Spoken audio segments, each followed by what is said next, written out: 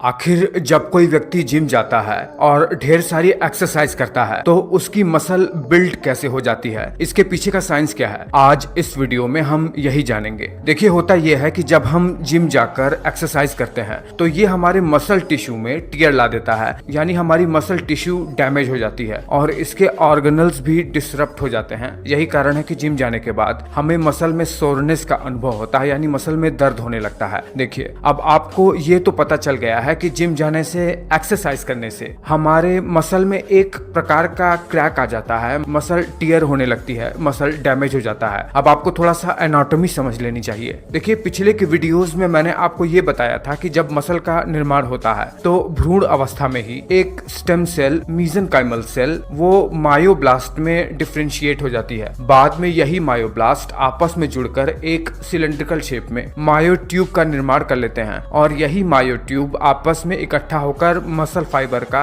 निर्माण कर लेती हैं। पर कुछ मायोब्लास्ट दरअसल मायोट्यूब में नहीं बदलते हैं, बल्कि मसल फाइबर के ही आउटर मेम्ब्रेन पर आकर चिपक जाते हैं और ये मसल फाइबर के स्टेम सेल की तरह काम करते हैं। इन्हें मसल फाइबर का सैटेलाइट सेल कहते हैं। कहने का मतलब यह है कि मसल फाइबर के ऊपर एक स्पेशल किस्म की स्टेम सेल होती है जिसे सैटेलाइट सेल कहते हैं। ये सैटेलाइट सेल डिफरेंशिएट होकर नए मसल फाइबर का निर्माण करती है। देखिए, जैसे ही मसल एक्सरसाइज की वजह से टियर हो जाती है, ये डैमेज हुई मसल दरअसल साइटोकाइन नाम के केमिकल को रिलीज करने लगती है, जिसकी वजह से इस साइट पर इम्यून सेल्स आना शुरू कर देते हैं। ये इम्यून सेल्स क्या करते हैं? वैसे तो इनका काम बहुत सारा है, पर जनरली ये इस एरिया में इन्फ्लेमेशन पैदा करने लगते हैं। इससे होता यह है कि मसल फाइबर पर मौजूद ये जो सैटेलाइट सेल है वो प्रोलिफरेट करने लगती है, मतलब डिवाइड होकर अपनी संख्या बहुत ज्यादा बढ़ाने लगती है और इस सैटेलाइट सेल को प्रोलिफरेट होने के लिए प्रमोट करता है एक स्पेशल किस्म का सेल जिसे कहते हैं फाइब्रो एडिपोजेनिक प्रोजेनिटर, जो कि हमारे मसल में ही पाया जाता है। ये बहुत इंपॉर्टेंट है। ये सैटेलाइट सेल को एनर्जी प्रोवाइड कराता है, एक तरीके से इसे न्यूट्रिशन प्रोवाइड कराता है और इसे सपोर्ट करता है प्रोलिफरेट करने के लिए। देखिए, जब ये सैटेलाइट सेल प्रोलिफरेट होकर इस डैमेज्ड जगह पर आती है तो ये फ्यूज होकर आपस में मिलकर मसल फाइबर का निर्माण कर लेती है और ये जो डैमेज मसल है उसे रीबिल्ड कर देती है। अब देखिए, जाहिर सी बात है, मसल के निर्माण के लिए, मतलब मसल बिल्ड करने के लिए अमीनो एसिड की आवश्यकता तो होती ही है काम भर की। अमीनो एसिड प्रोटीन के मोनोमर्स होते हैं, इन्हीं से मिलकर प्रोटीन बनता है। पर जितना ज्यादा जिम इंस्ट्रक्टर एडवर्टाइज करते हैं कुछ खास प्रकार के प्रोटीन का, उतना आपको आवश्यकता नहीं होती है। आप हेल्दी ग्रीन लीफी फूड खाइए, अच्छी नींद लीजिए ताकि ये सेल्स अपना काम कर सकें, बस मसल आपकी रीबिल्ड हो जाती है। अगर आप डेली जिम जाकर अपने मसल को टियर करते जाओगे और अच्छी नींद लोगे और न्यूट्रिशियस खाओगे तो धीरे धीरे आपके मसल का ग्रोथ बढ़ता जाएगा। पर एक बात आपको याद रखना है कि एक खास प्रकार का प्रोटीन है मायोस्टैटिन। ये हर व्यक्ति के शरीर में अलग अलग होता है अमाउंट में। जिसमें ये मायोस्टैटिन बहुत ज्यादा होता है वो व्यक्ति एक लिमिट के बाद मसल ग्रोथ नहीं कर पाता है, क्योंकि मसल ग्रोथ करने के लिए मायोस्टैटिन एक इनहिबिटर की तरह काम करता है। सबका शरीर अलग अलग है और ये मायोस्टैटिन पूरी तरीके से जेनेटिक्स पर ही निर्भर करता है। फिलहाल ये वीडियो आपको कैसा लगा मुझे नीचे कमेंट करके